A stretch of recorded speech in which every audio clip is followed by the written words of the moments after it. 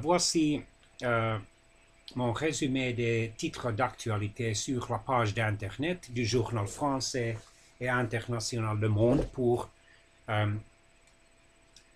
mardi le 23 octobre 2018. Comme toujours, je ne veux violer aucun droit d'auteur.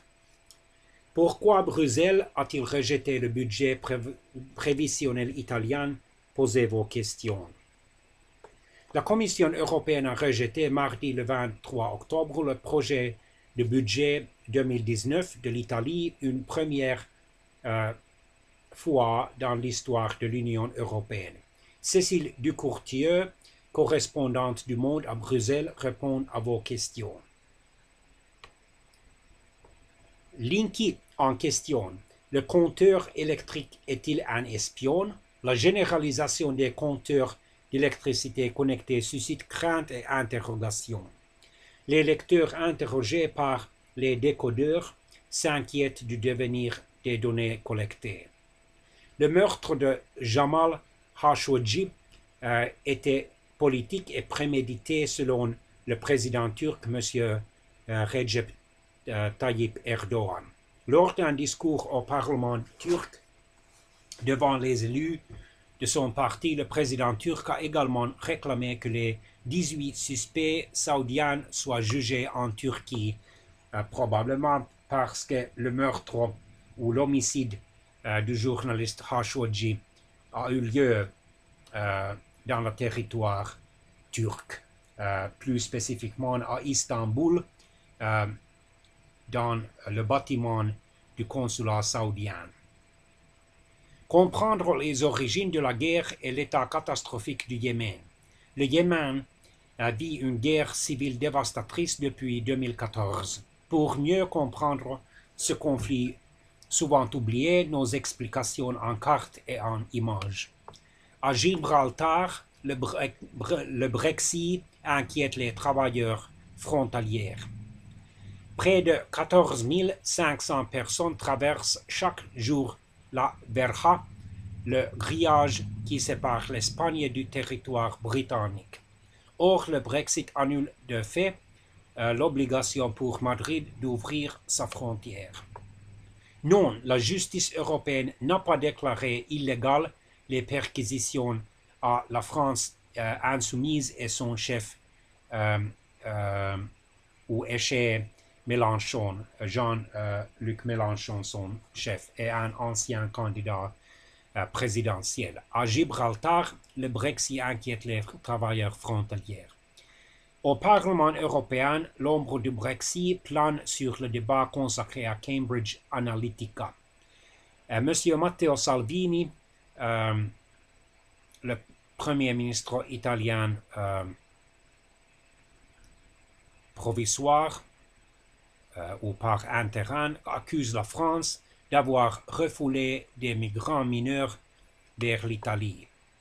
Le baclofen autorisé dans le traitement contre l'alcoolisme. Violence scolaire, on a vu naître un discours très alarmiste à chaque nouveau fait divers. L'Organisation des Nations Unies demande à la France de réviser sa loi contre le voile intégral. Ryanair critiqué après une altercation raciste dans un de ses avions. Tariq Ramadan admet avoir menti sur ses relations avec deux accusatrices. Dans le lot, les services publics se déplacent en camping-car. Entre la Chine et Hong Kong, le plus long pont maritime du monde. Nigeria, au nom de quoi peuvent se justifier les assassinats de deux sages-femmes. Nouveau procès pour Georges Tron, accusé de viol et agression sexuelle en Réunion.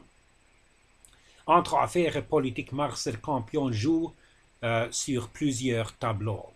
Quand la justice espagnole cherche à épargner les banques. Les États-Unis reconnaissent qu'un général a été blessé lors d'un attentat en Afghanistan. Pourquoi les chiffres mensuels de la mortalité routière doivent être pris avec précaution? Ce ne sont pas les réseaux sociaux qui ont créé des bulles informationnelles. Cumex File. En France, des milliards d'euros échappent chaque année au fisc. Comment la France a raté le coche de la fin du secret bancaire suisse.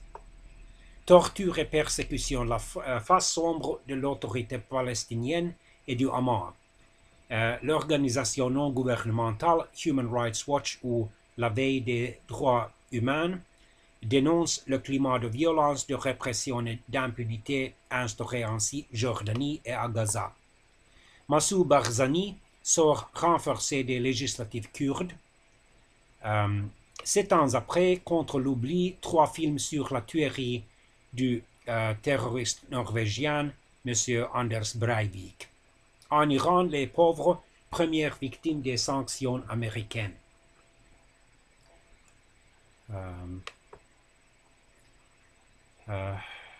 Et puis, l'élection présidentielle au Cameroun. Et à la fin, c'est encore M. Biya qui gagne. La Ligue confirme sa poussée jusqu'à la frontière autrichienne. Un fonds de 80 millions pour les victimes de l'Aude. État-providence. Inquiétude et incertitude sur les choix de réforme du président français Emmanuel Macron. En Seine-Maritime, le délitement de l'Empire fabiusien.